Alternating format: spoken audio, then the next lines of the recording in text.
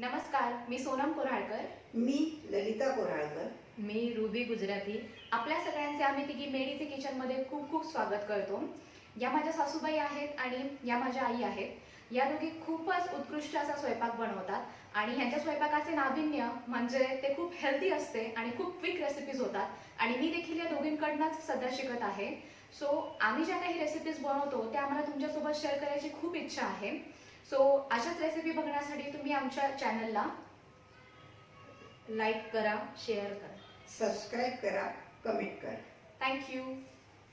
Comment बरोबर आहे ना? हां. आला का?